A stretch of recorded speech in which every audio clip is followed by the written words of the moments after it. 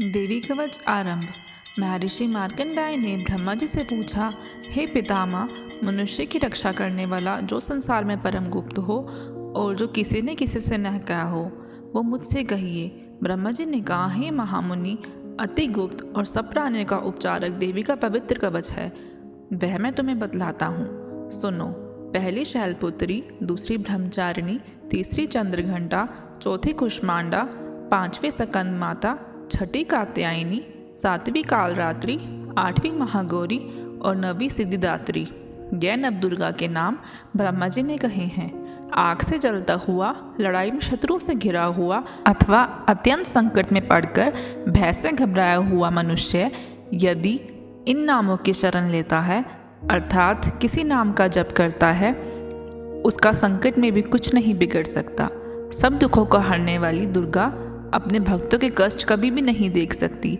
जो मनुष्य भक्तिपूर्वक देवी का स्मरण करते हैं, वे निश्चय ही फलते फूलते हैं। चामुंडा प्रेत पर, वाराही भैंसे पर, ऐन्द्री हाथी पर, वैष्णवी गरुड़ पर, महेश्वरी बैल पर, कामोरी मयूर पर और ब्राह्मी हंस पर सवार हैं। सब आभूषण से सजी हुई हैं। यह देवियाँ तरह तरह के गहनों और जवाहरातों से सुशोभित रथों पर सवार क्रोध में भरी हुई देखी जाती हैं। शंख, चक्र, गदा, शक्ति, हल, मूसल, खेटक, तोमर, परशुपाश, कुंठ, त्रिशूल और सर्वश्रेष्ठ सारंग ये देवियों के शास्त्र हैं।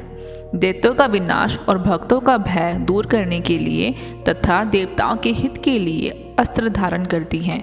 हे महाबले, महाउत्साही तथा अत्यंत भय का नाश करने वाली तथा शत्रुओं का भय बढ़ाने वाली देवी, मेरी रक्षा करो। पूर्व में ऐन्द्री, अग्नि दिशा में अग्नि, दक्षिण दिशा में वाराही, नेतृत्व में खड़गधारिणी, पश्चिम में वारुणी, वासम्य में मृगवाहिनी, उत्तर में कामोरी, ईशान में शूलधारिणी, ऊपरी दिशा में ब्राह्मणी, नीचे की दिशा में वैष्णवी।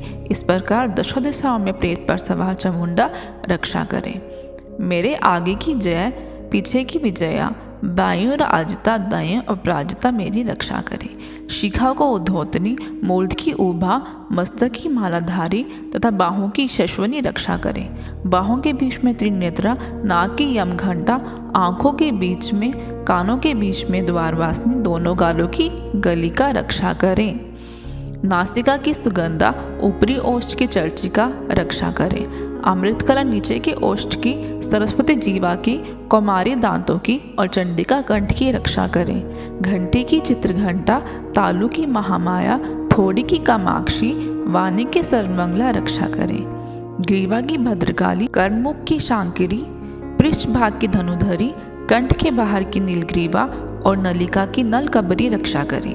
दोनों कांधों की खड्गनी, भुजाओं की व्रजधारिणी, हाथों की दांडनी और उंगलियों की अंबिका रक्षा करें। हाथों के नखों की सुलेश्वरी, बगलों की कुलेश्वरी, दोनों स्तनों की महादेवी रक्षा करें। जो मन का शोक दूर करने वाली हैं, ललित देवी हृदय की, शूलधारिणी उदर की, कामिनी नाभि की, ग्रहेश्वरी गुहे स्थान की रक्षा करें। लिंग की भूतनाथ, गुदा की महेश वाहिनी, कमर की भगवती और दोनों घुटनों की विद्यावासिनी रक्षा करें। महाबला जांघों की, विनायक की घुटनों के बीच की, नारसिंही गुल्फों की और अमृतोजसी याद पृष्ठ की रक्षा करें। श्रीधरी पैरों की उंगलियों की, पातालवासिनी तालुओं की, दृष्टाकालिनी पैरों के नखों की और उदरकेशवनी केशों की रक्षा करें। कांति रोय के छेदों की, वागेश्वरी त्वचा की और पार्वती रक्त, सज्जा, बसा, मांस, हड्डी, मेढे की रक्षा करें। कालरात्रि आंतों की, मुक्तेश्वरी पित्त की, पद्मावती पद्मकोश की और चूर्णामणि कफ की रक्षा करें। ज्वालामुखी नखों के तेज की और अभेगा सब सिद्धियों की रक्षा करें। ब्राह्मणी वीर्य की, चतुच्छेतेश्वरी छाया की रक्षा करें। हे धर्मधारिणी, तुम मेरे अहंकार, मन और बुद्धि तथा प्राण, अपान, व्यान, समान और उदान की रक्षा करो। चक्रानी यश, कीर्ति और लक्ष्मी की सदा रक्षा करें। हे इंद्राणी, मेरे कुल की रक्षा करो। हे चंडिके, तुम पशुओं की रक्षा करो। महालक्ष्मी, पुत्रों की रक्षा करो। भैरवी स्त्री की रक्षा करो। क्षेमकारी मार्ग की रक्षा करो तथा सर्वव्याधिनी विजया सब प्रकार के भय से रक्षा करो। जो स्थान रक्षाहीन है अर्थात कवच में नहीं कहे गए हैं, हे देवी तुम पाप नाशिनी हो और जयंती हो उन सब की रक्षा करो। जो मनुष्य अपना कल्याण चाहे वह बिना कवच के एक पग भी न चले, अर्थात क्षण भर के लिए भी देवी को न भूले। मनुष्य देवी का स्मरण करता हुआ जहाँ भी जाता है, महाधन का लाभ, विजया और सब मनोकामनाएं सिद्ध होती हैं। वह मनुष्य जिस काम की चिंता करता है वह अवश्य ही सिद्ध होता है और अतुल ऐश्वर्य भी प्राप्त करता है। कवच धारण करने से मनुष्य संग्राम में पराजित न होकर निर्भय हो जाता है। देवी का यह कवच देवताओं को भी दुर्लभ है। जो मनुष्य इसको श्रद्धा और नियम से नित्य तीनों कालों में पढ़ता है उसमें देवी कला जागृत हो जाती है और वह तीनों लोकों में अपराजित तथा अलप मृत्यु से रहित होकर पूरे 120 बरस तक जीता है।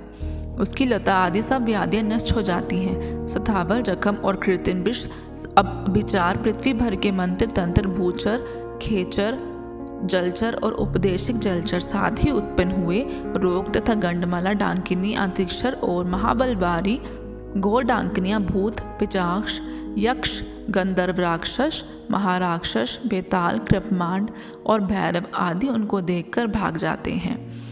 जिसके हृदय में कवच होता है उसके राज सम्मान में उन्नति होती है। यह कवच राजाओं के तेज को बढ़ाने वाला है। जो मनुष्य इस कवच को धारण करता है उसका यश बढ़ता है और सारे विश्व में उसकी कीर्ति होती है। जब तक पृथ्वी पर पहाड़ और वन वृक्ष आदि हैं तब तक उसकी सन्नति रहेगी।